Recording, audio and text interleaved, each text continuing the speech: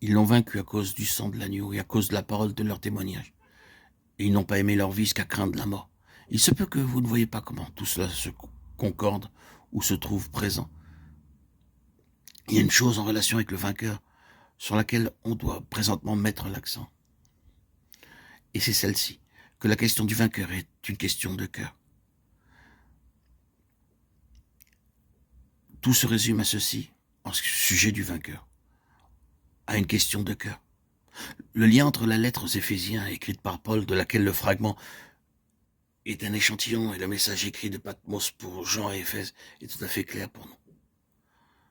La révélation accordée consistait en un mot, en ceci, que les yeux de leur cœur soient éclairés par un esprit de sagesse et de révélation pour connaître les richesses de la gloire de son héritage dans les saints.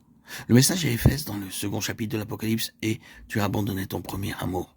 Souviens-toi donc d'où tu es tombé. » C'est une question d'avoir le cœur attaché pleinement, absolument et fortement à ce qui, dans la pensée du Seigneur, est l'objet de la plus grande importance pour lui.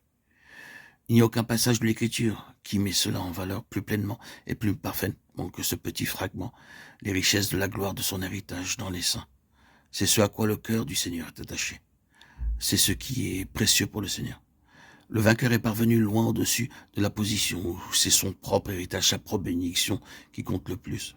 Il est parvenu au point où ce n'est plus une question de choses, de bénédiction et ainsi de suite. Il n'y a plus qu'une seule chose qui importe pour lui, savoir que le Seigneur est ce qu'il réclame, ce dont il a besoin, ce qu'il désire, ce à quoi son cœur est attaché. Non pas notre héritage, mais le sien.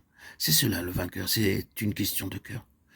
C'est la jalousie du cœur en faveur des intérêts de Dieu, pour que la pensée la plus pleine de Dieu ait son expression et sa réalisation.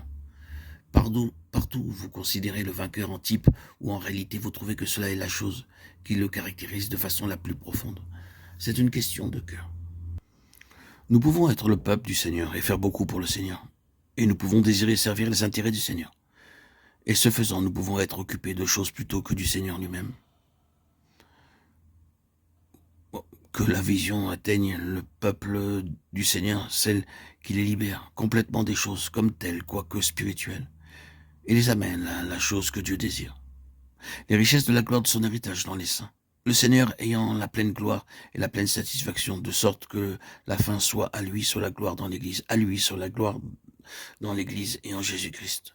Ou en d'autres termes, que le Dieu de paix vous rende capable de toute bonne œuvre pour l'accomplissement de sa volonté, qu'il fasse en vous ce qui lui est agréable. Si vous ne comprenez pas tout, si vous ne pouvez pas vous souvenir de tout, saisissez donc la clé de tout cela. La question finale quant au vainqueur peut être exprimée comme ceci. Cela touche tout. Je vais demander au Seigneur que tout ce qui est renfermé dans tout cela soit réellement introduit dans ma vie. Le cœur de la question est le suivant. Le Seigneur doit avoir tout ce qu'il désire et peut avoir en moi et à travers moi, quel qu'en soit le prix. Le Seigneur doit obtenir son héritage.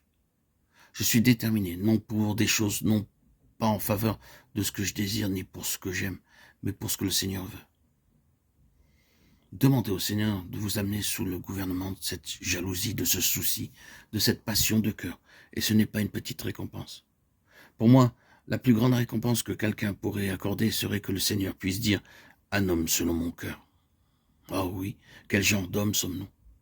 Comme David, comme Élie, qui étaient des hommes ayant les mêmes passions que nous, pleins de faillites, de défaillances, de honte.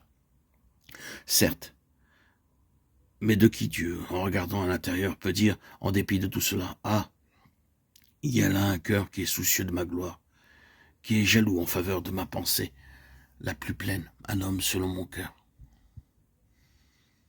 Je dis que c'est là toute la récompense que je désire, savoir que le Seigneur puisse dire cela. Puisse-t-il en être ainsi de nous?